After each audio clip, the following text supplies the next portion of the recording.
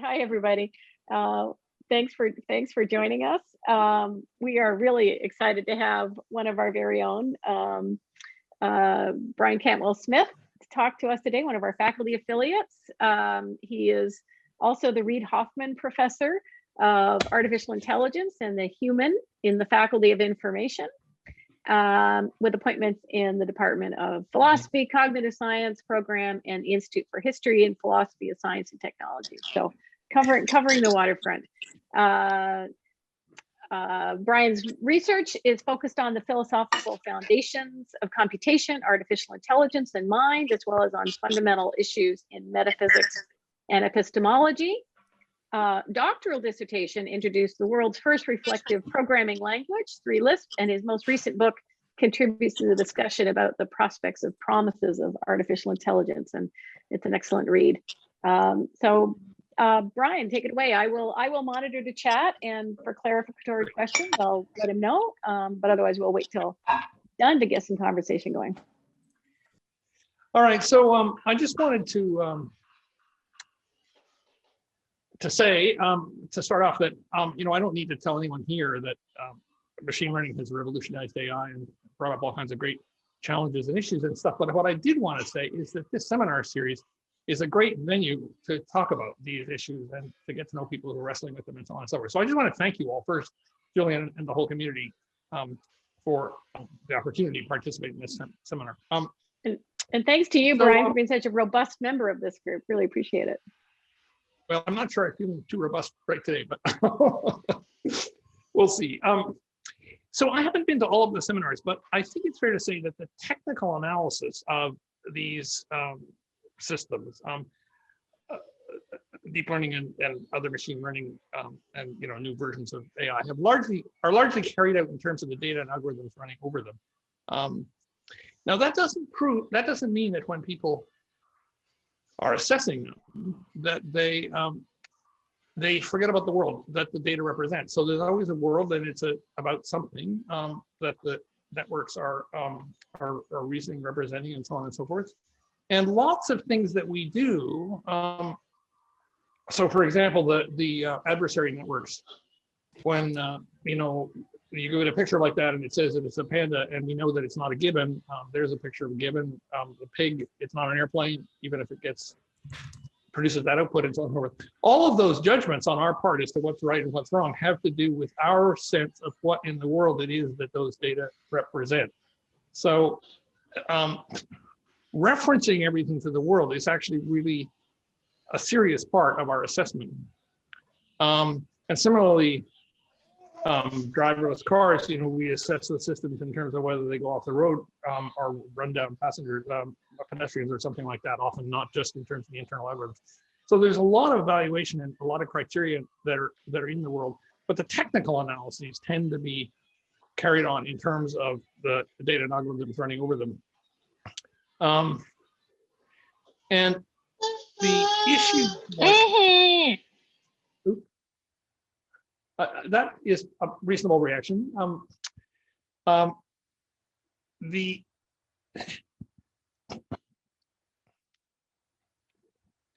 When we analyze things in terms of like bias or fairness or equity or that kind of stuff, we tend to analyze them in terms of proxies within the data of those things in the world. So, allocations of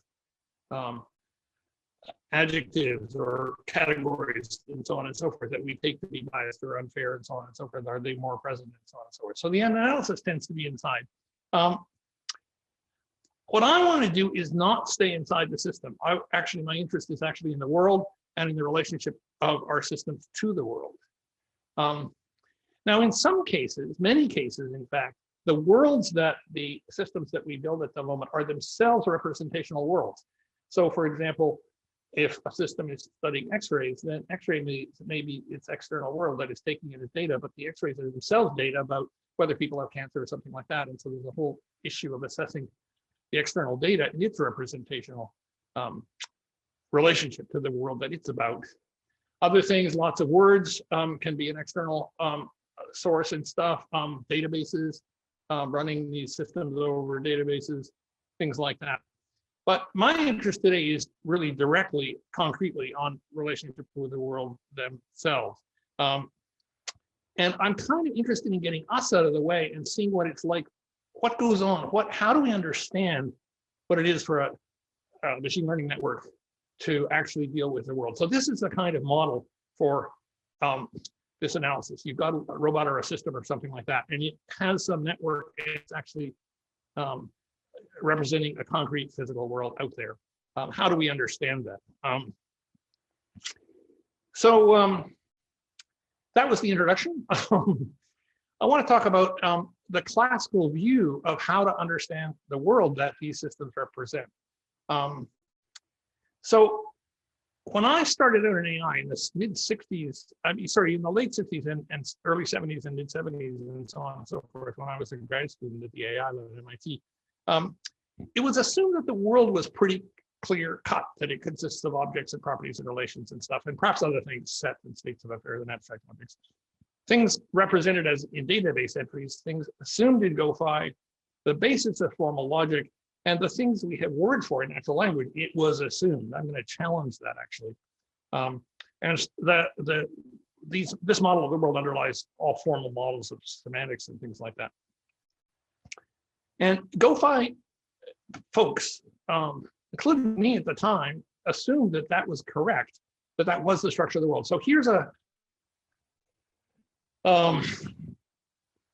picture of Schwartz, which was 1972, I think, extremely famous. Dan Dennett once characterized Terry Winograd, who wrote this system, as his Schwartz experiment represented a breakthrough in enthusiasm, which is a great characterization.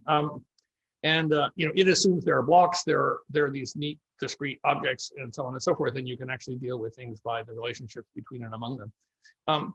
Interestingly, Shaky, which was a robot at the other SRI, there's a whole story about what that SRI stood for, but doesn't stand for anymore, and so on and so forth. But anyway, that's a story. This was in a room at SRI in Menlo Park in 1972. I remember being in this room. It's interesting that, just for those of you who weren't around at that time, that cart with the computers and stuff was not the AI system. That was just things to control the gimbals for the camera and the wheels. The AI system actually ran on a PDP-10 in another room. This is the PDP-10, which has a zillionth of the power of your cell phone. But this is the machine I wrote programs for as a graduate student. But anyway, so here was the robot driving around. And of course, the robot didn't see itself. So if we get rid of the self, that's the room it was in. And basically what was happening was Schwartz assumed a world of discrete, clean, unambiguous objects. Shaky assumed it too, and not only did it assume it, but because it was a concrete robot, people built rooms that actually were like that. So they actually adjusted the world so that that assumption, that ontological assumption, was actually correct. Now, this classical view that the world consists of discrete, unambiguous, clearly defined objects, which underlay GoFi, and I think it was actually the fundamental assumption underlying GoFi, it basically didn't work out. So if we want a more realistic picture of a kind of empty room with just a few things in it, here's a better picture. Now, as you all know, this is the sort of thing that we actually are dealing with nowadays. One thing that's interesting about this is that we can build deep learning and machine learning networks to do various things. For example, we can, sorry. I wanted to say this. Back in the 70s, digital cameras were just brand new. Nobody had seen one. The first one that came out was from Kodak. It was this one in 1975, weighed 8 pounds, and was 0.01 megapixels.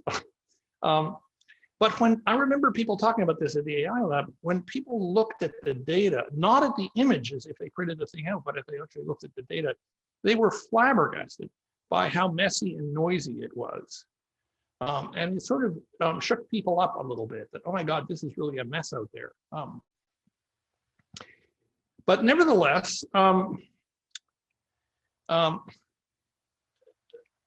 the change to machine learning and so on has enabled us to deal with this kind of image. And you know, even your camera can probably do this, can actually put bounding boxes around the pictures in order to do a track focus and things like that. So this is pretty familiar at the moment. And one of the things I want to say about this talk in general is what I'm trying to understand is the new waves of AI are fairly successful at a bunch of things. What I'm trying to understand is what is it that that success means? What can we learn about epistemology? What can we learn about the nature of the world and so on and so forth from that success? So I'm not trying to criticize AI at the moment. I'm trying to actually understand what about the world we can learn from the fact that these systems do work. Okay, so let's actually turn to that. I want to let go of the classical view and look at the world itself. So let's suppose this deep learning system or machine learning system was successful in, to some extent, recognizing that there are people or something in this cabin room. There are two ways, at least, to understand what the system is doing in terms of that recognition. One, which I'm just going to associate with naive realism, is an assumption that the world itself, that is to say, what's out there, is in fact kind of the way the classical view took it to be, which is to say there are objects and properties and relations and so on and so forth. So there are people standing indoors and there's a table on the against the wall and so on and so forth. And that the messiness of the data reflects uncertainty about the situation. And that uncertainty is what's captured by the probabilities that the algorithms deal with. So that's an issue of confidence as to whether that's actually what's going on out there, or probabilities that that's actually the situation out there. And I think that this assumption is actually kind of harder to let go of than I think people realize. So when you actually look at, for example, the adversarial examples that where the panda was taken with 95% confidence to be a gibbon, for example, it wasn't that that image of a panda was taken to, in fact, represent a 95% gibbon. It was assumed that there is a gibbon and there is a panda, and the data was misinterpreted. So it's a kind of assumption that the ontology of the world, what the world's actually like out there, is determinate at some level. And not only that, but at a particular level. So I kind of believe that from the purposes of AI, there's some sense in which the world is what it is. It's in its existential fullness. It's just, you know, it in its being, we could use Heideggerian word, whatever. It's what it's like out there. But the assumption here is not that it's in its being, it's like that, but at the level at which it contains discrete objects exemplifying determinate properties in some sense. At the ontological level that the classical view was interested in the world, at that level, the world is ontologically secure. Now, that's not the only view. There's also constructivism, which is, of course, hugely debated in the rest of the intellectual pantheon, which says that, look, objects and properties don't exist independently of us. There aren't things out there that are, in fact, objects and exemplifying the properties they exemplify independent of us people and our cultures and our perspectives and our uses and our biases and our prejudices and our projects and all that kind of stuff. All of those things, the ontology itself is relative to our interests and perspectives and projects. Constructivism deals with a variety of challenges to the classical view that the classical view itself was sort of unable to deal with. So I just want to identify a few of those for the record, as it were. So one problem with the classical view is that it has proved impossible to identify what property or feature or something, or group of them, define a category or type. So a Wittgensteinian point, people would say that, look, it's not that chairs have a discrete set of properties which defines them. At best, they share family resemblances. So here are some chairs. Those two chairs have 4 legs and backs. Maybe they're okay. Here's one that only has 3 legs. There's one with no back. There's one with only 2 legs. There's one that's kind of weird, and I don't know if I myself would have known it was a chair, but it's on Amazon as a chair. Another one with just 1 leg. And I love these hard-boiled egg chairs. Here's one that looks like a shopping cart, and a log and so on and so forth. It's pretty hard to come up with a feature set such that these things are all recognized as being identifiable as instances of the category chair. One way this has been dealt with is a point of J.J. Gibson that, look, chairs aren't things that have properties independent of us that in fact constitutes their chairhood, but rather chairs are mesoscale objects that afford sitting. So this is the whole theory of affordances. It's in ecological realism and so on and so forth. I want to keep affordances in mind because we'll get back to it. So that's another criticism of the classical view, that these aren't intrinsic properties of these things to be chairs. They actually have to do with their use. Also, whether something's a chair may be affected by context. So here's a thing that could be used as a chair, for example, but here's a setting in which that thing occurs and could occur, in which it's pretty clear that it actually is a chair in that context. So its chairness may derive from the context. Here's something else that I'm not sure I wouldn't have called a bed myself, but is also sold as a chair. So the context and the use and stuff can in fact impinge on whether things are chairs or not. There's also edge conditions, of course, in the world of things that are marginally chairs, like maybe those logs are marginally chairs. There's also boundary conditions in the properties themselves. So a chair is maybe not such a good example, but if you think of egotism or egoism or pride or arrogance or self-confidence or braggadocio-ness, being boastful, cocky, whatever, snooty, high-minded, and pompous, it's not clear what the boundaries are between and among these properties. I could argue that somebody is braggadocious, and you could say, no, look, it's not really that. They're just extremely self-confident, and you're a Canadian, you're not used to that kind of self-confidence or something. So the properties, it's not just that whether something is a chair has boundary conditions, but the boundary conditions on what it is to be that property are in fact not discrete in the way that the classical view said. And these issues about context sensitivity and determinism and all this kind of stuff apply as much to objects as to properties. So the table in the cabin picture, let's go look at that. Circled in yellow here, that seems like a table or I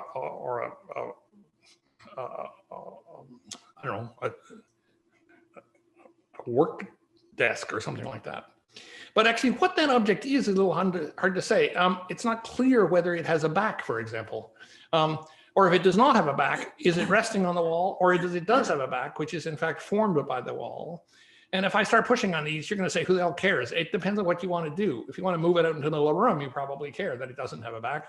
There are mereological issues that are unclear about where arms end and legs begin, like that chair there that has just two legs, and the legs are basically the arms. And there's no determinate fact about the boundary between the object that is its leg and an object that its arm. There are identity conditions on objects, which is, if you, like Washington's axe, famously, if you replace the head of Washington's axe and then later you replace the handle, you still have the same axe. And this has been thought about for 5,000 years about the ship of Theseus. Theseus is an object that's had all of its components replaced as still the same object. There are other things that aren't even necessarily objects at all. So here's some clouds, for example. Suppose we went camping and you were in the tent and you got up earlier and you looked out, we're going to go across a mountain pass, and you say, oh, I don't think we can cross the pass today, there's too many clouds. And I say, look, you have a PhD and you work at the Vector Institute. How many clouds exactly are there? And the only reasonable thing for you to say is go back to sleep. I mean, this situation warrants the use of the plural clouds, but it doesn't actually warrant an answer to the question of how many there are. So what notion of object identity is playing a role in the legitimizing the plural of cloud in that picture is not so clear. Fog, if the fog comes in every morning and goes back out and somebody says, look, is this the same fog that was here yesterday, or is it a different fog? That's kind of fatuously scholastic. And people say about animals like pets and stuff, and even babies, of course they recognize mommy, right? They recognize mommy as a discrete object. I don't even know if that's warranted, because It could be that mommy is a property or a feature, as Rawson would call it. And when the baby lights up, or, you know, daddy, I'm sorry about the sexism here. It could be that it's mummying again, the way it's raining again, or something like that. This feature is being exemplified without there being a discrete object and stuff. So the notion of object and the notion of property in the classical view are problematic. Okay, so the world is not exactly as the classical view took it to be. Notice that claim is not about AI or networks or anything. This is an ontological claim about the nature of the world. So this debate, there has been a debate between these two views of realism, which takes the structure of the world to be out there independent of us, and constructivism, which claims that rather than being independent of us, objects and properties are human constructs which reflect our cultures and society's interests and such. And you run into that with students that look, I don't know, being a tutor or something, that's not real, that's socially constructed. Or, cheese, that's not real, that's socially constructed, and so on and so forth. As if realism and constructivism are actually opposed. And in my humble opinion, I actually think the framing of this ontological debate in terms of realism and constructivism is fatally flawed. So what I want to do is to introduce a different way of speaking, which I think can do justice to what's right about both realism and constructivism, a way of speaking that allows us to get better insight into the successes of these machine learning algorithms in terms of how it is that they deal with the world. So that's intellectually who we are. Here's this example, just to make it clear what's wrong with that dialectic. Suppose we or a robot or a network or something sees a chair, and we say, well, look, let's try to figure out whether in this case the realism or constructivism is better than a way of describing this. So we say, has it seen a chair out there independent of us? Well, in one sense, the answer is yes. There's something out there, a patch of reality, which affords sitting, and it really is out there. Even if I don't see it and I sit on it, it will support me, and so on and so forth. So you would sort of think, look, that chair is pretty damn real. But in another sense, the answer is no, because if there were no concept of chair, it wouldn't be a chair qua chair. Arguably, chair is a culturally specific category. Someone else might take it to be something else. And maybe a deep learning network with a robot like that one I drew the picture of, that thing can just drive around, it can't sit, so it might not need a notion of a chair, and so on and so forth. So there's something right about constructivism, that this category of chair is relative to societies and cultures and interests and stuff. But there's something right also about realism, that there's something out there. What I think deep learning and machine learning show is that something like the chair qua chair, or the concept chair or something like that, involves a kind of abstraction or coarse graining of the richness that's out there. The chair isn't the coarse graining or the richness and stuff. Rather, the chair is recognized as a chair in virtue of coarse graining the world. But crucially, and we'll get to this more later, the chair is not the world as coarse-grained. That turns out to be fatal. That is to say, it doesn't predict things, inference would fail, systems would die, and so on and so forth. It's not that the chair has been coarse-grained. There was coarse-graining in the categorization of it as a chair. Okay, so now I'm going to earn my philosophical stripes with you, which may cause you to develop allergies. I think what we want to say is something like this. The chair is that non-idealized, non-coarse-grained patch of reality out there in its complete existential richness, which surpasses our ability to represent it. The chair is that patch of surpassingly rich reality, which warrants a coarse-grained idealization, say a classification as a chair. And the reason it warrants that classification as a chair is because as a patch of reality, not as an idealization, it affords a non-idealized pattern of activity that in turn warrants being coarse-grainedly idealized as sitting. Now that's an awkward way to talk. If Randy says, what kind of furniture they give you for your new office over at the Vector Institute or at Schwartz Reisman, and Pat says, that which in virtue of my cultural embedding practices, projects, and purposes, I take to be that which I classify using the English word chair.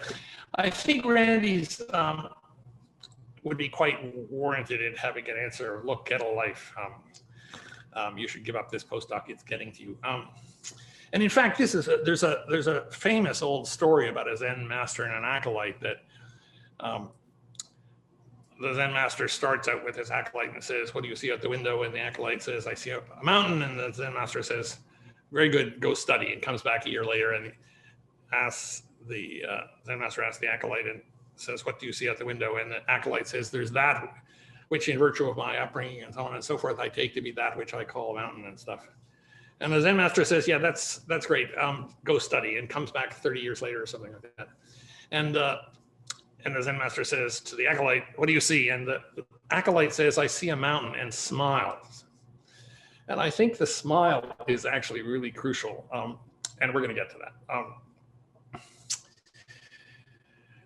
Now, of course, someone with realist sensibilities might object to my claiming about that which I can classify in virtue of my cultural projects and perspectives as a chair and so on and so forth. That person with sensibilities might say, look, even in that picture of the cabin, there are perfectly obvious objects and properties. There are doors, you can see them perfectly well. There's two people, there's two windows, you can actually see a third window and a mirror and all that kind of stuff. What's the problem?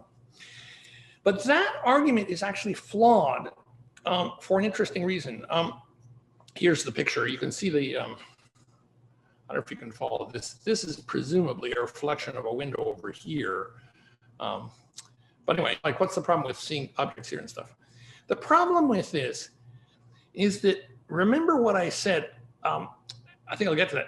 The point is, you have processed this image using a neuronal device, namely your brain, with 100 billion elements on 100 trillion interconnections, which has been honed for this purpose of interpreting the world with over 500 million years of evolution. You're not innocent, is really what I'm saying. But if you go to, we need to know what the world looks like before all that processing, because if you go to our original mandate, we wanted to know what the relationship of our systems to the world is like without human mediation of that relationship. And your understanding of this picture is inexorably permeated by your understanding of this thing. You don't know what it's like without interpreting it, because you're you. Okay, so here's a picture done by actually a good friend of mine, an incredible artist by the name of Adam Lowe, of what his conception of what the world is like before you process it with all of that 100 billion neurons and 100 trillion interconnections and 500 million years of evolution. Now, the problem, of course, is that you just process this image using the same 100 billion element neural device with 100 trillion interconnections and so on and so forth. But Adam is a smart guy. He knows perfectly well that that's how you've interpreted this picture. So what he did was to paint that picture, which he takes to be something such that after you process it the way your perception works, it will give you a sense of what the world itself is like prior to that kind of processing. So for technical people, it's like if perception computes function f of a scene, this is Adam Lowe's conception of f-1 of that scene, so that when you put it through f, you get an understanding of the world, as it were, directly. Here's an analogy. So this is a photograph of some islands in Georgian Bay. It's not our island, but it is a photograph. Now the thing about this photograph is that I've mucked with this photograph. Here's the original photograph. What the photograph I've mucked with does is it makes the surface of the water opaque. And my sense is that this is an analogy with what happens with respect to our words and categories and so on and so forth. Basically, our words and categories have under submarine structure that is incredibly rich and complicated and ties everything together and so on and so forth. Structure that is too complicated for the words themselves to express. And when we express it in words, that's what the coarse graining is doing, is in a certain sense, is actually getting rid of the structure underneath the water. But the structure underneath the water is actually what the world is like. Okay, so I said I wanted vocabulary to deal with this. I will say, and something I talked about in a book 30 years ago, actually. I will say that a system registers the world. So I'm introducing that word register as an actual technical term. It registers the surprisingly rich plenum that it encounters, that is to say the world itself. And it finds it intelligible by classifying it in terms of coarse-grained, non-absolute patterns and abstractions and so on and so forth, consistent with our interests and purposes and projects and so on and so forth. As we said that the categories we use to understand chairs and things like that are.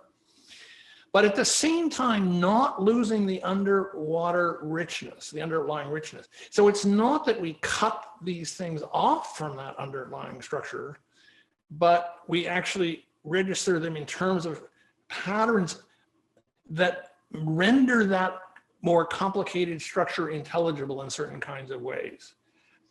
So think about registering a chair. We had all those kinds of chairs before. And if I look out and I say, hey, this thing is, you might think this was a shopping cart, but it's not, it's a chair. That's great. I'm going to go try sitting in it. Now, the thing is, I've categorized it as a chair in terms of a pattern that is, in fact, shed a lot of the detail of what its particular structure is, because, in fact, you have to do that in order to classify it as a chair. But if I'm going to go sit in it, I actually have to sit in it complete with its detail. I can't sit in it assuming it's a beanbag. If I go handle it, I go reach out for it, I figure out how to sit down, how to lower myself down into it, and so on. I need all of that detail, which is in fact detail that the registration of it as a chair has to ignore in order to categorize it as a chair. So I have to work with both the detail and the categorization of it simultaneously. I'm going to ignore the second thing there because it'll come up later. So take this Mondrian painting here. What's true is that if you register something, you don't register it as, you don't impose the registration on it in such a way that what you're talking about is just the world as registered that way. I want to show what that means. What we register, what we talk about,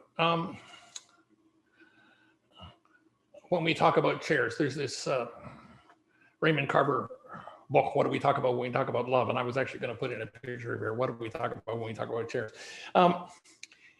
We don't talk about chairs as registered as chairs. What we're talking about is that which we register as a chair. But even though we register it as a chair, we're talking about that which we register as a chair, not about it registered as a chair. And it makes a difference. So suppose I say here, look, there's this red square. It's pretty obvious in a Mondrian painting. And Mondrian is a painter obviously worth things like a red square or just about as determinate as any painter around. And I say, look, this red square, I have channeled Mondrian in a dream last night, and Mondrian told me to actually change the red to green or something like that. So I'm going to go do a very detailed rendering of this red into green. Okay, so suppose the edge of that red square looks like this. Now, I made this up. That's the virtue of being a philosopher. You don't have to deal with actual pesky facts. Suppose the edge of the red. Okay, so the dotted line is meant to be the boundary of what the red would be were it a square. And if I say change the color of the square to green, you might think I should in fact select with Photoshop or something a square using dragging the rectangle tool or something and painting that square green. But of course, that's not what we mean, and it's actually not how Photoshop works and so on and so forth. Remember, I'm trying to give voice to what it is that our systems do when they succeed. A should become green too, even though it's not within the square, and B should not become green, even though it is within the square. I don't know about C. Maybe it should or maybe it shouldn't. You might have to decide whether it's actually a serious part of the painting or not. But it has to be the case that what you refer to when you say the red square isn't the dotted line, but it is A and not B and stuff like that. Because you might want to say, look, the red square is kind of ragged at its edges. If you look closely, it's kind of ragged at its edges. Well, if the red square were a square, then it wouldn't be ragged at its edges. The fact that you can say that the red square is ragged at its edges betrays the fact that you don't actually mean the square if you register it as a square. You mean that which you register as a square. Because what's ragged is true of is that which you register as a square. It's not true of the square thereby registered. Okay, so given that preparation, let's talk about affability, which is allegedly the topic of this talk.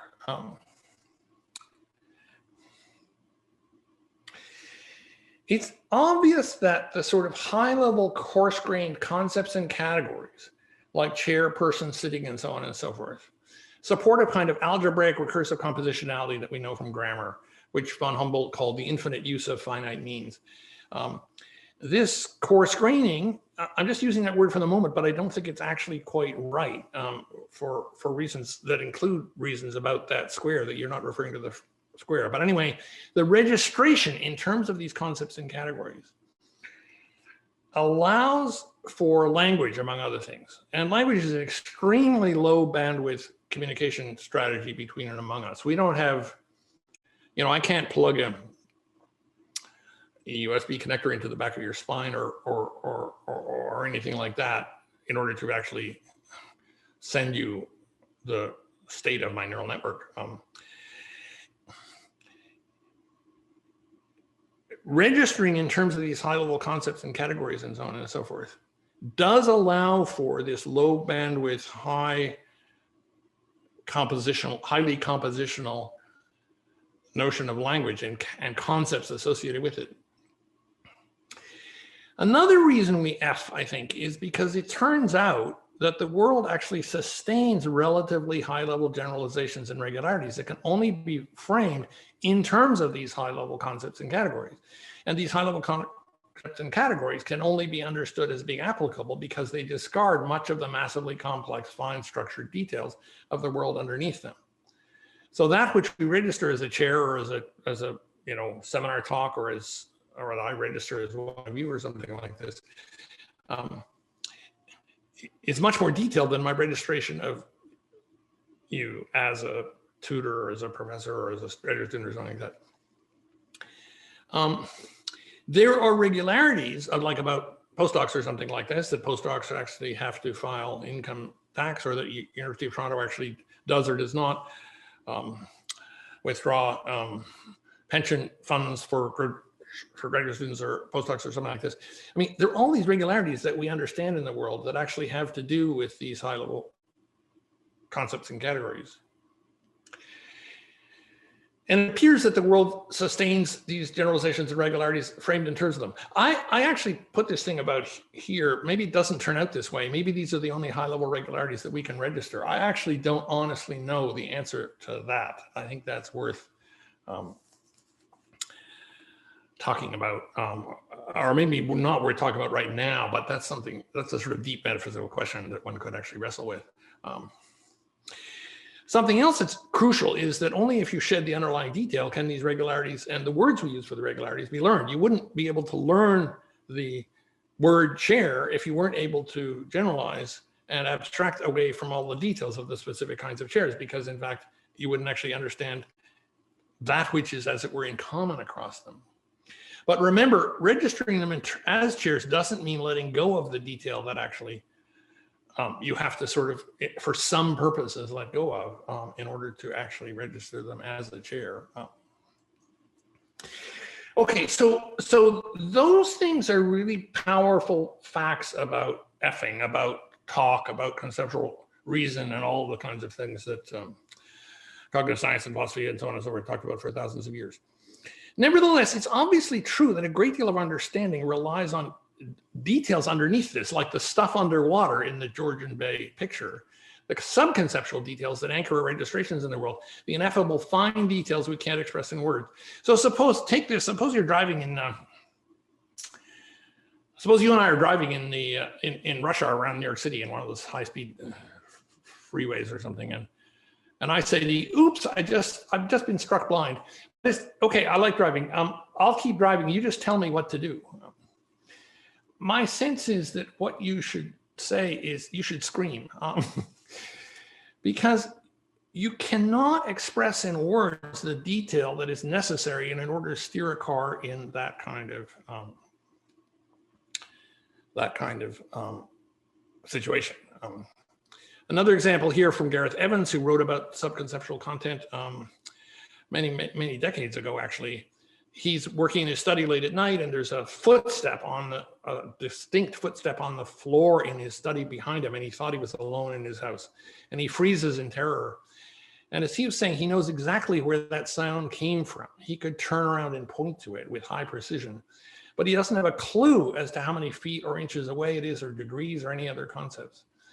Similarly, the difference between nutmeg, cinnamon, and allspice, probably you could all tell the difference between those things if I gave you some spice, but you wouldn't be able to articulate what it is that those differences are, and you wouldn't be able to explain to somebody who doesn't actually know those tastes what they taste like by expressing them in words. Similarly, a tennis player, if you're coaching tennis and you say to somebody about their second serve, look, you're serving too fast, hit your second serve at the speed that the pieces of paper come out of the big copier down the hall. That's not going to be useful because that's not a description in words, that even though it's a description of a speed. And this final example is one that actually happened to Adrian Cousins, who's another theorist of subconceptual content. He was a PhD Phil student at Oxford, and he's a bit of a madman, and he was probably being a madman on his motorcycle, and he went around the corner, and the police stopped him and said, look, do you know how fast you were going? And Adrian said, in one way, yes, and in one way, no. I know how fast I was going in the sense I knew exactly how to lean. I could do it again. I had judged the corner and so on and so forth. But in terms of concepts, in terms of miles per hour, I don't have a bloody clue. And he almost got arrested just for his answer. Now, obviously, these subconceptual details can be encoded as probably the machine learning people here are thinking, look, that stuff's it's no problem. It's no problem. It's no problem. We can actually code that up in terms of high dimensional vectors.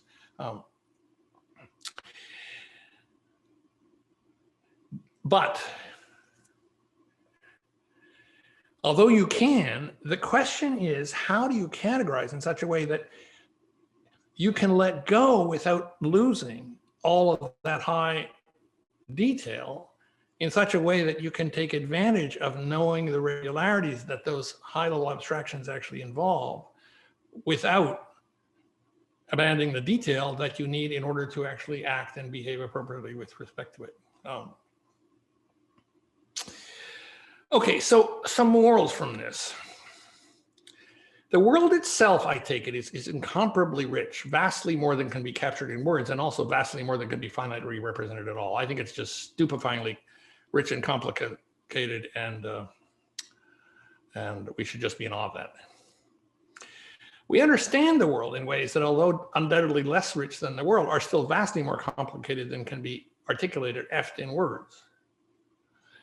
As I've been saying, in order to track and understand high-level regularities, in order to categorize and classify, in order to learn, in order to talk, in order to explain, we'll get to that in a minute, we register the world in terms of these much higher level coarse-grained concepts and categories. So you might think, I put a question mark on the you because of course no one in this audience would think this because they know more, but anyway, somebody might think that these insights would lead to a sort of two-level system. At a low level for perception and action, we rely on subconceptual richness. At a high level for rational theories, rational inference, language, communication, we take refuge in the ineffable concepts and categories, which work in ways that are roughly similar to the classical view, the categories that underlie logic and GoFi and traditional linguistics and so on and so forth. I don't know if there are experts here in this audience on explainable AI, and I don't know if they rely on this picture or not, but But there are a lot of people who think this is sort of how the mind works. And I think as I said at the beginning, what I'm interested in is what insights about the world and our relationship to it are these successes of these machine learning systems providing for us. And I think one of the insights they're providing is that this two-level picture is not actually correct.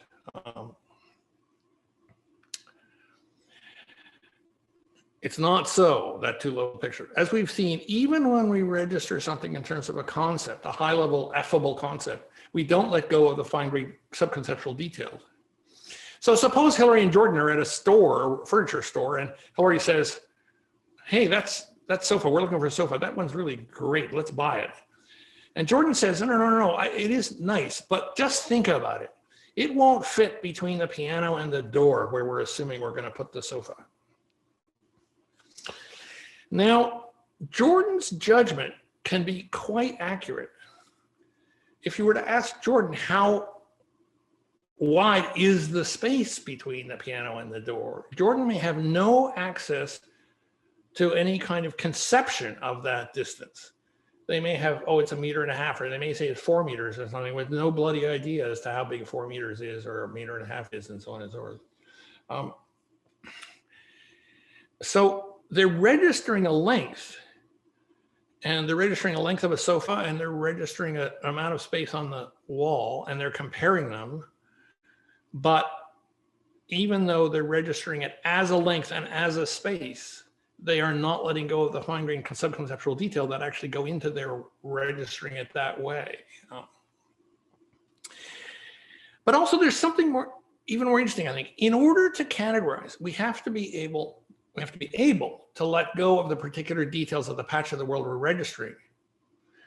As I've said, in order to know that shopping cart thing is a chair, or in order to know that all these chairs are chairs, we have to let go of the particular details of how it is that they're constructed as chairs. Without letting go of that, we have to let go of them in a kind of Buddhist sense of, you've got to not be attached to them, but you don't want to rid yourself of them either. But it's more complicated when you get to sort of ineffable details about things that apply to the category as a whole. So if you think about the chairs, we talked about the affordance characterization of chairs. Chairs need to afford sitting. Now, abstracting away from registering something as a chair may require abstracting away from the details of the different kinds of chairs, as we saw. But it may still include a relatively general, but still ineffable representation of the act of sitting. Since sitting is something we all do, and none of us, I would hazard, know how to give a good conceptual account of what it is to sit. Since sitting may have a generality that transcends the variety of chairs, the registration of something as a chair may actually be, in the network values or the vectors that you actually use to filter or deconvolve things and so on and so forth, may include a lot of detail about sitting that is not itself conceptualized. That raises the question of what the word chair means. And I think this issue of what the words mean is something that machine learning and contemporary AI have more bearing on than has been recognized by people outside of AI. Classically, like in theories of semantics and so on and so forth, the word chair is taken to mean exemplifying the property of being a chair. The word red is taken to mean that's which it's predicated of is red. Like if I say that's a red mug, then what that's taken to mean is that mug that I'm referring to with the words, quote unquote, that mug is red. But those accounts aren't very satisfying or insightful. I mean, they just relativize to these concepts and categories and so on and so forth that on the classical view were taken to be primitive properties of the world. But one of the things we tried to argue is that those aren't primitive categories of the world. They're not things you get in from your sensors directly. Those things are abstractions and coarse grainings and stuff that arise from processes that actually index and tie into all of your practices and projects and so on and so forth.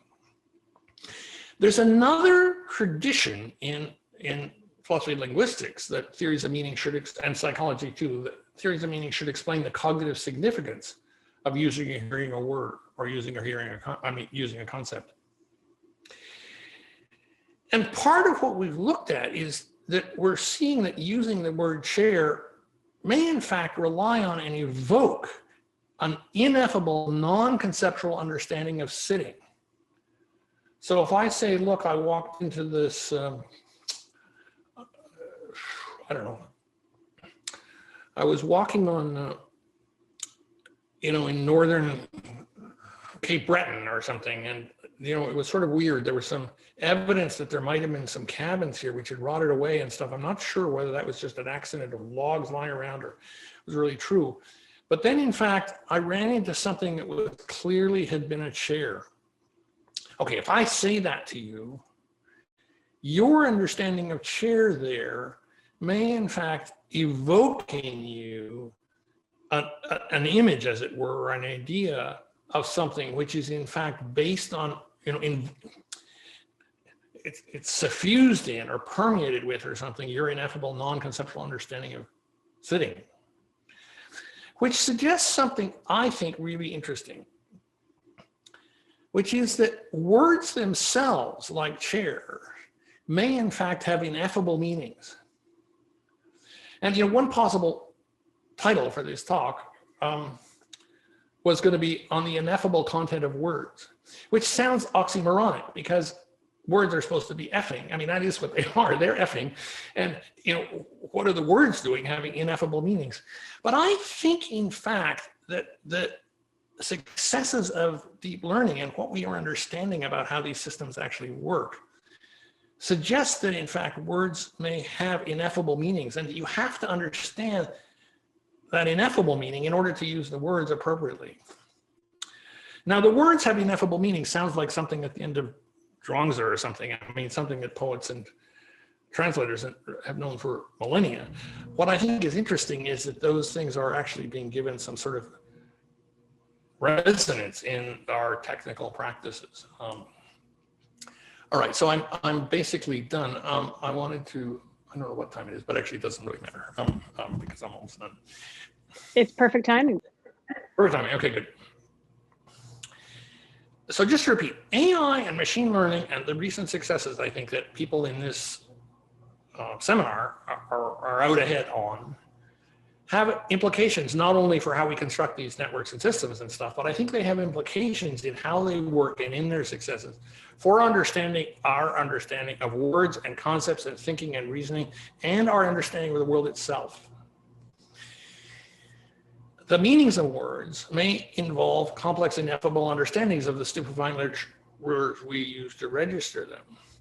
That suggests that just because an AI system can produce a word doesn't imply that it can mean it. And I think that's actually a pretty serious consequence.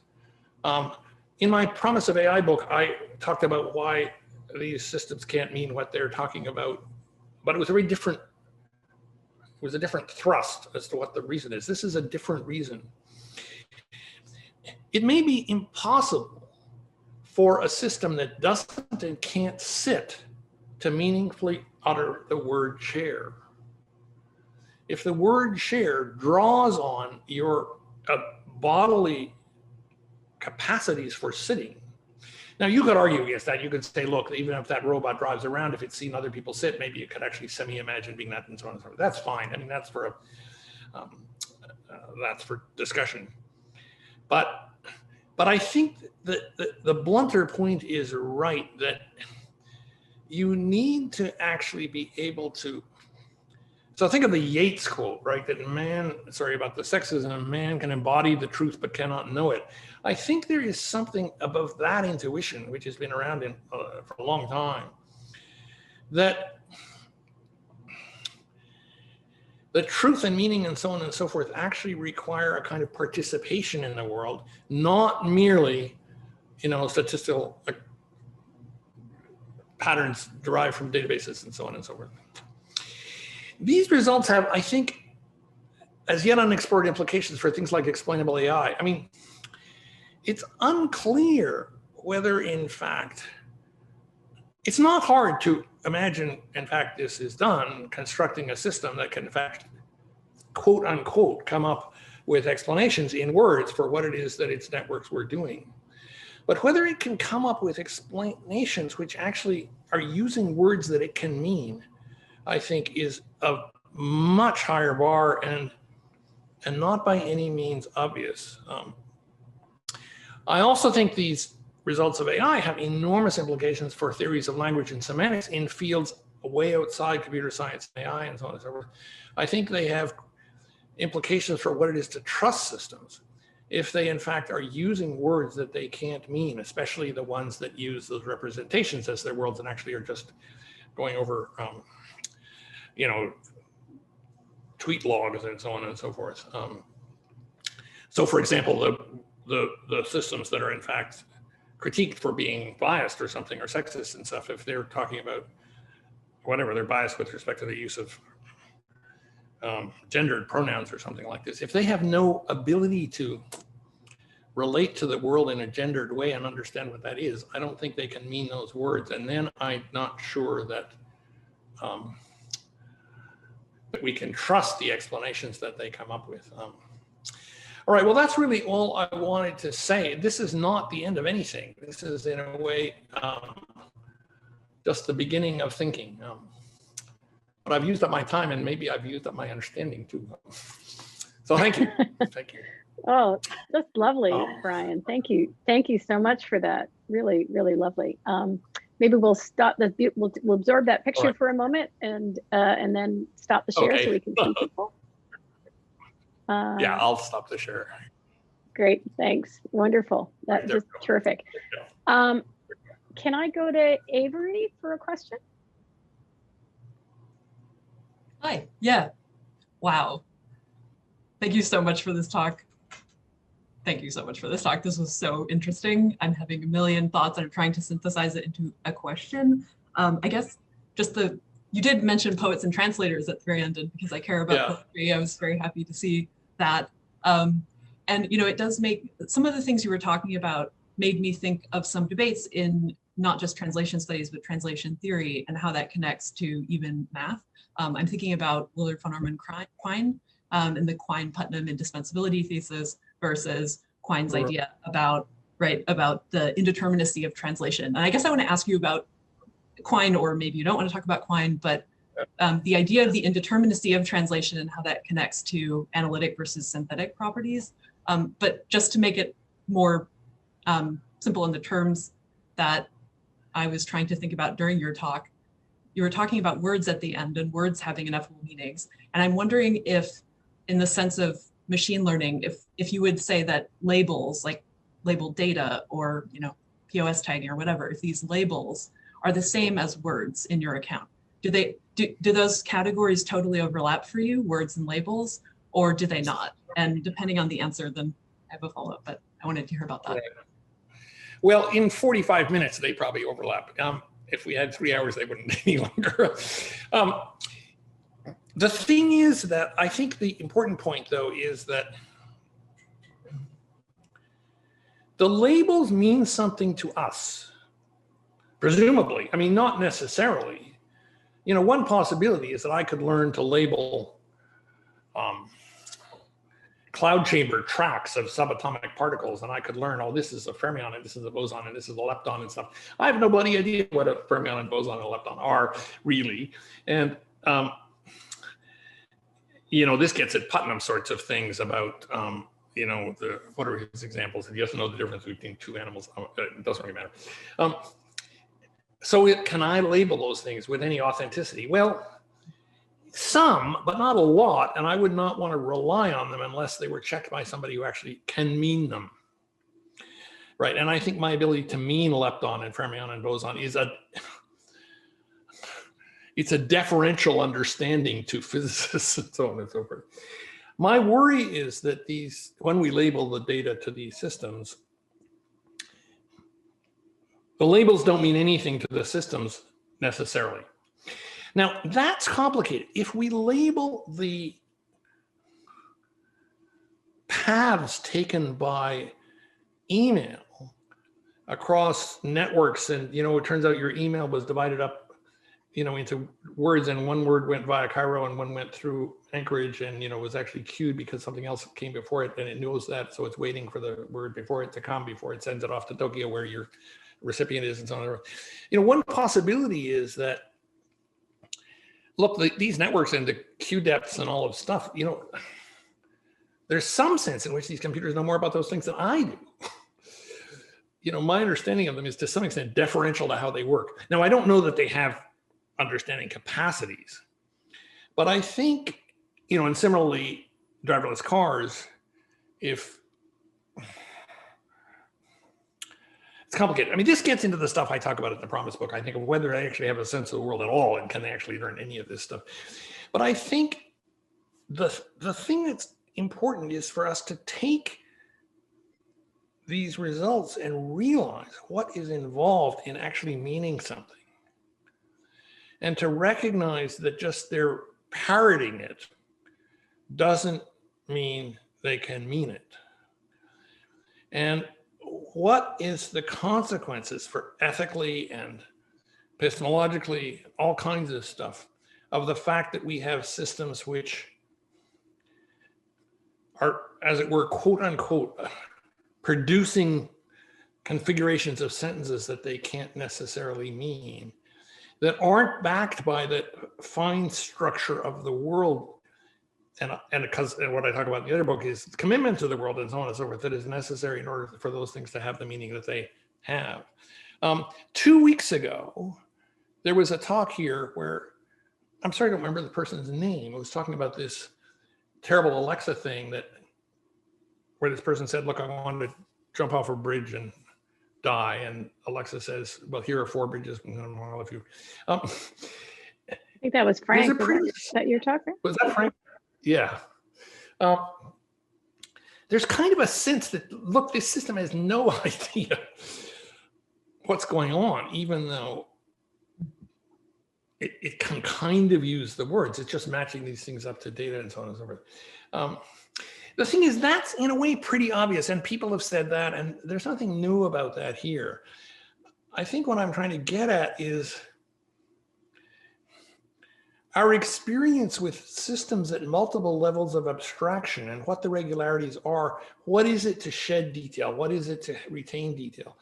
And so on and so forth, which we will have to understand before we can actually have systems that can deploy these kinds of coarse-graining capacities in ways that would actually lead to anything we would be prepared to call understanding, I guess. Well, that's where I was interested in where affordance played into the thinking, because it seems like with Gibson's idea that affordance is about a kind of interaction between an environment and an organism or a being, and that interaction, sitting in a chair or whatever, defines that affordance. It's what's available in the environment.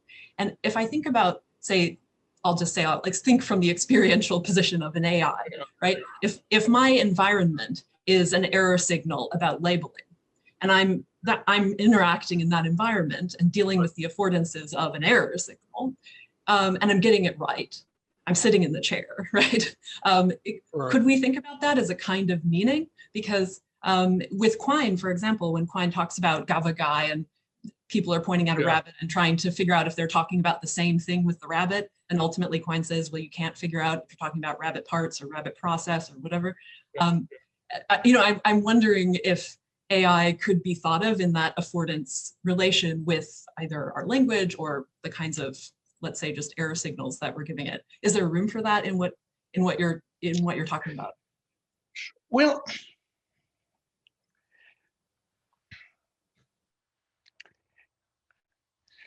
I think we're such alchemists in this business. We barely know what we're talking about. And, history will laugh at us. If there's one thing I've tried to convey to students over the last 40 years, it's history will laugh at us, which is great. The problem with Quine's GABA guy and the detached rabbit parts and so on and so forth is he's very conceptual. He wants to know the difference between a rabbit and detached rabbit parts and so on. Now, no machine learning person of any sophistication is going to think that it's going to come in the blocky notion of detached rabbit parts or a rabbit. At least no serious machine learning person who doesn't implicitly buy the classical model. Because if you buy the classical model and you think the world comes that way, that either there are parts or there's rabbits, then you might think that all of these fine, these million-dimensional, a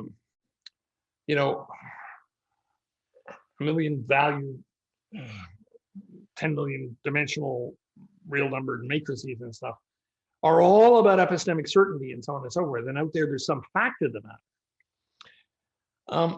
But I think that's a mistake, and we should take it.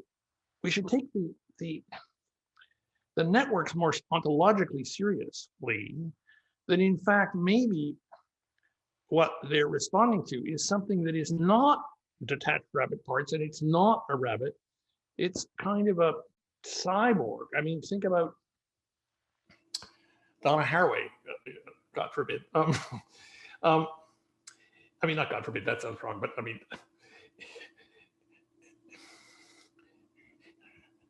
I say God forbid because I think what's interesting is that the range of intellectual positions out there, like for example, ontological feminism and all this kind of stuff that is actually relevant to understanding deep learning and machine learning is actually pretty impressive.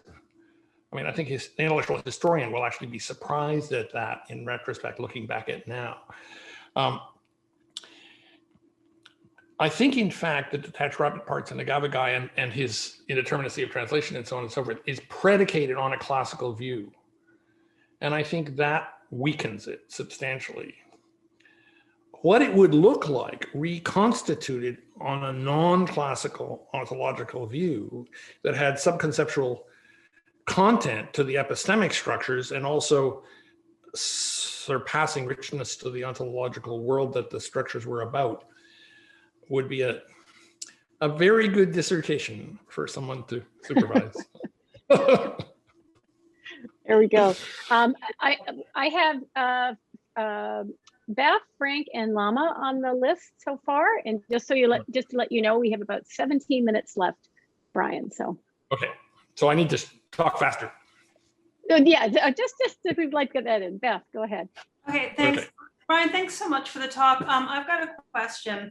So if we add supervised versus unsupervised learning into your matrix, if we're looking at unsupervised, which in some ways, at least based on kind of historical record, Hinton, LeCun et al., they celebrate it as this place of exploratory and generative. What you have is a system that's essentially monadic. It learns from itself. It doesn't learn what a car is in sense of the meaning in the world, but it learns car-ness in terms of it's things with axles that can be configured in these ways. So all due respect to feminist technoscience, embodiment has exited the picture. So I'm just asking, we've got the example, the applied example of Autodesk's generative chair, where it never sits in a chair. It just looks at many, many chairs, and then its human supervisors decide which one is the best aesthetic framework. And it's not by chance that it's modernist chairs. And this does, in some ways, relate us back to Avery's excellent talk earlier today in terms of the effect of the historical avant-garde practices in AI thinking. But I'm asking about unsupervised learning as a monadic practice in relationship to what you're saying. Well, yeah, so first I'm sorry to have missed Avery's talk, which was right before this one. The problem with supervised, I think, is that supervised brings in another relationship, which is a human relationship to the world, which then in fact determines what the categories are and the appropriate outputs and so on and so forth. So it's complicated in that sense. No, but and unsupervised. Oh, unsupervised. Well,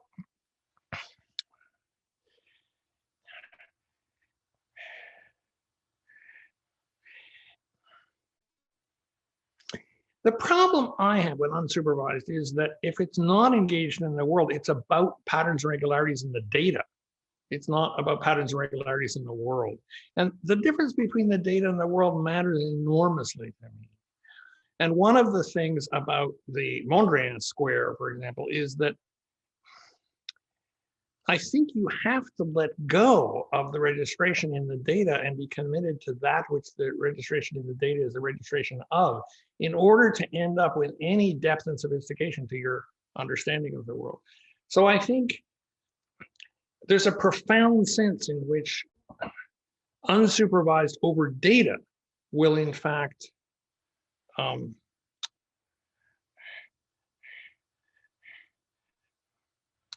you could say, was it can understand error signals? Maybe the error signals are embodied because it has some kind of internal feedback or something, but it's not going to know what the error signal is about, that this is actually an inaccurate representation of the world, and so on and so forth.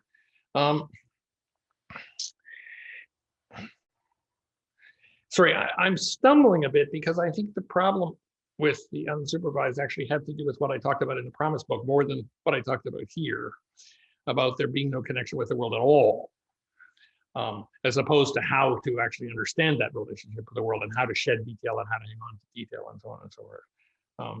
And the unsupervised that's just over data just has no connection to the world, and I think it's gonna screw up big time. Thank you, Brian. Just to put it in technical terms. No, that's a great, this is the start of a conversation for all of us. Yeah, Thank you.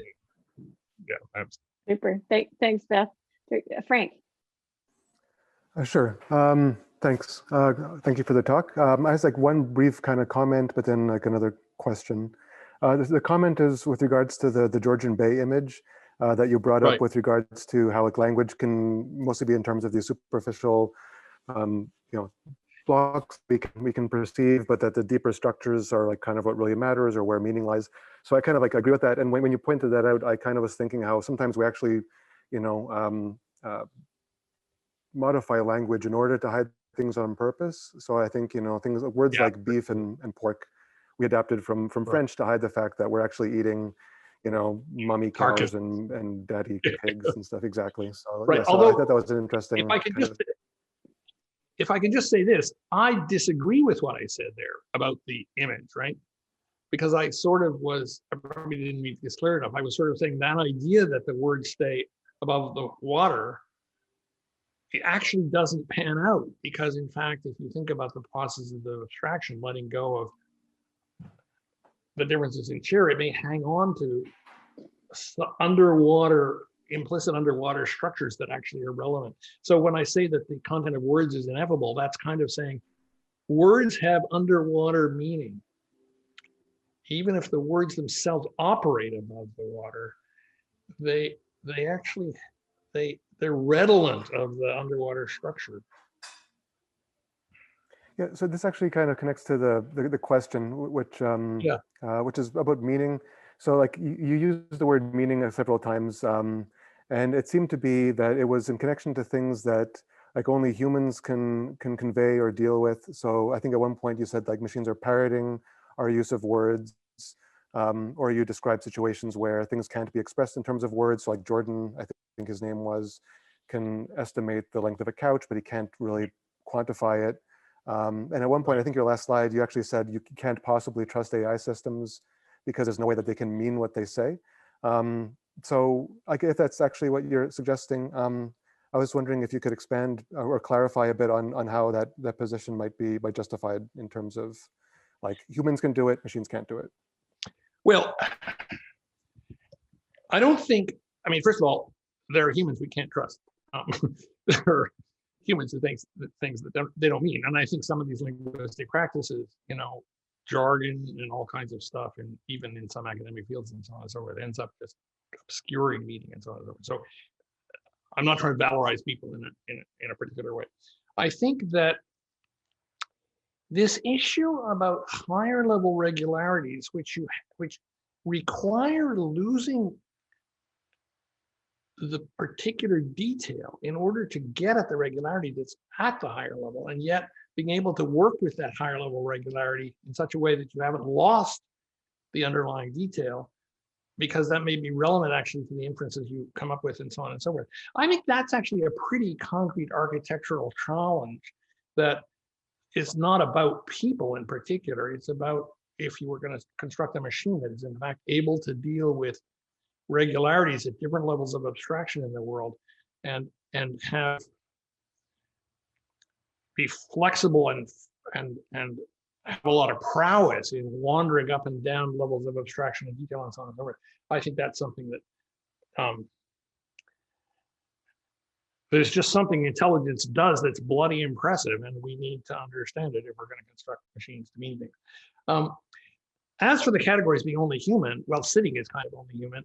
I don't think there's anything, and this is I try to make clear in the promise book I wrote last year.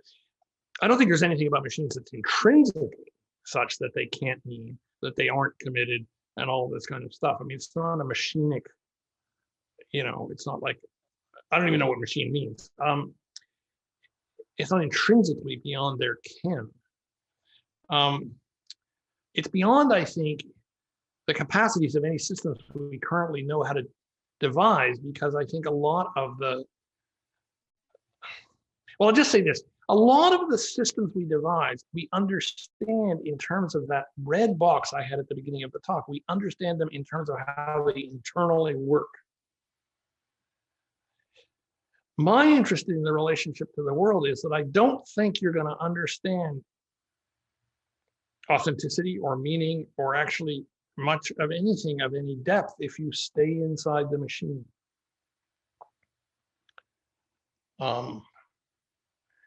Even the word semantics in computer science has come to be something inside the machine. It's the relationship between structures and the behavior inside the machine that the structures generate and stuff.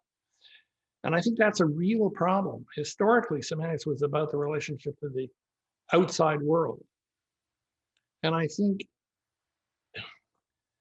we need an understanding of that and of the regularities that govern that. And we need to understand that with respect. We need to understand these little rails of these levels of abstraction with respect to their relationship to the outside world and how the norms come from the relationship to the outside world, not from the internal structures in the machine, in order to actually sort these architectures out. I'd love to talk more about this, but I think Lama had a question also, so hopefully we'll have a chance to talk again later. Thank you. Sure, hope so. Great, thank you. Lama. Yeah, thanks for a great talk. And so my question is very much related to Beth, and I think it was partially answered, but okay, so in general, like the way we train machines, whether like the mode of training, whether it's supervised or in the reinforcement literature, like we still have this, so there's an assumption of this categorization of the world.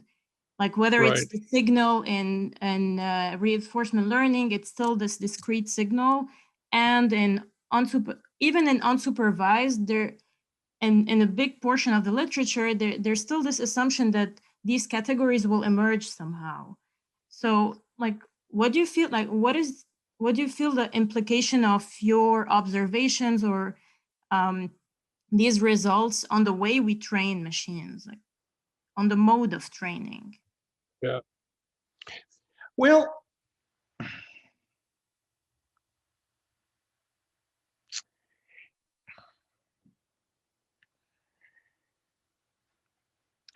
I think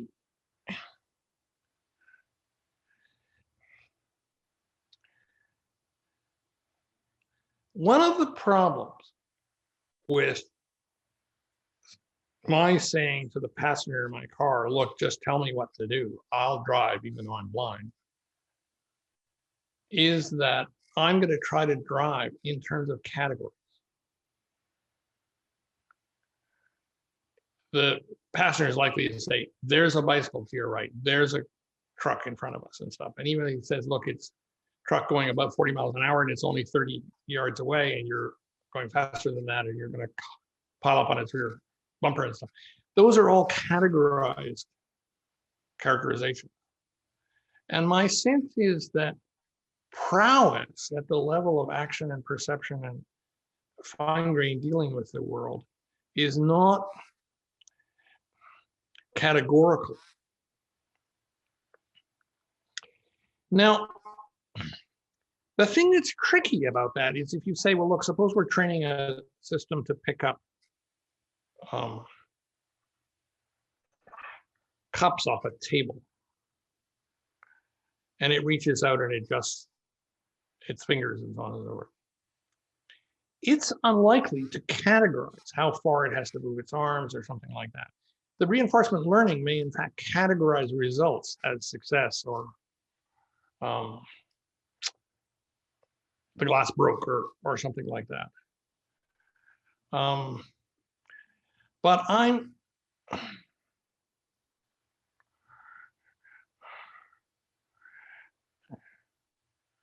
I'm concerned about the reliance on categories. So I'm concerned about the reliance on categories. I'm concerned about the supervised, about the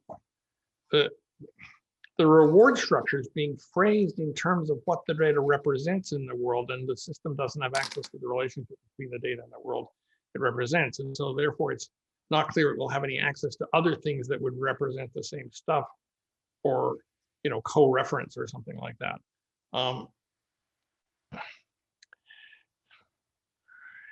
They're very smart people working on reinforcement learning, and it's not,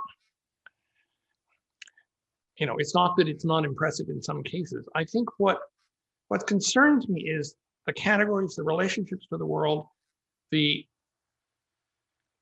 opaqueness of the data with respect to the world, the fact that the system doesn't actually have access to that, and sort of assessing the limitations of the training with respect to all of those kinds of things, and assessing whether the failures of the systems that have come through supervised learning are traceable to any of these assumptions, that the sort of epistemic and ontological assumptions that undergird the training regimen.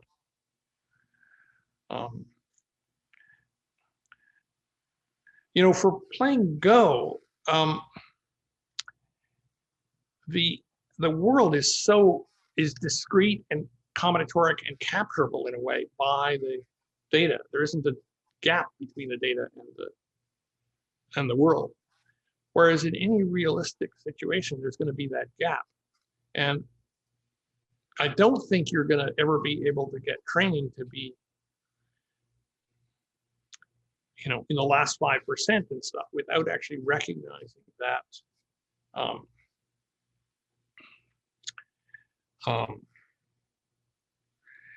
one example I use in my book is I sort of say, okay, look, suppose you're training a babysitter and the babysitter has learned not to hand the baby to strangers or something like this. And then, they're in an apartment and the apartment building's burning down and there's a hook and ladder truck and there are fire people at the door, at the window, and they smash the window and they say, hand me the baby, I'll come back for you and stuff. It's not clear whether reinforcement learning is going to allow the AI babysitter to realize that something more serious is at stake here than anything that actually was in the training set. Or, that's the kind of problem with the categories and the reinforcement learning in terms of already parsed representations, rather than in terms of the world that these representations are representations of.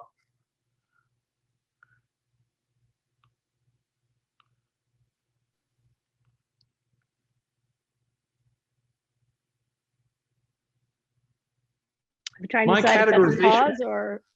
Yeah, I kind of I agree with everything you say. Like, mainly I'm trying to imagine what could be, like, this is something I thought of a lot before, and I was always because also we categorize the way we train, like, supervised, unsupervised, RL. Is there none of the above? Like, is there a force type that is more, continuous, or doesn't involve this assumption of categorization? But we need another hour to discuss. No, it's tough. We need I'll just tell you a funny anecdote.